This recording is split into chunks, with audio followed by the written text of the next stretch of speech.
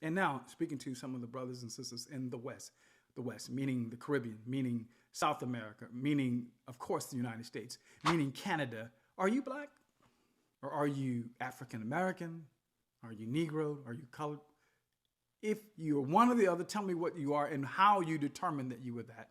And tell me this, do you consider the notion, the concept of blackness to be something that is demeaning and insulting to you?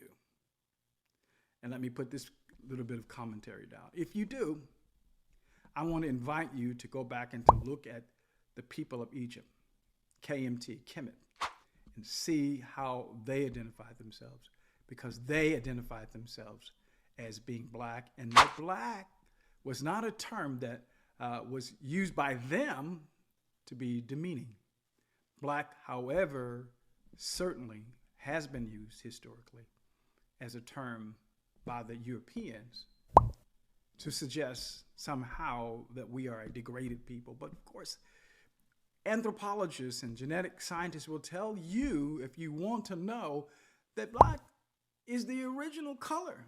Why then are so many people of African descent uncomfortable with being in their black skin when they are the original people? I don't understand. I'm still trying to learn. I'm not trying to divide, as some have accused me of doing. No, folks, I'm just tapping into something that exists, a conversation that is ongoing, and I want us to really explore it. Because, look, you can be of this tribe or of that nation and still be black. And blackness is not whackness.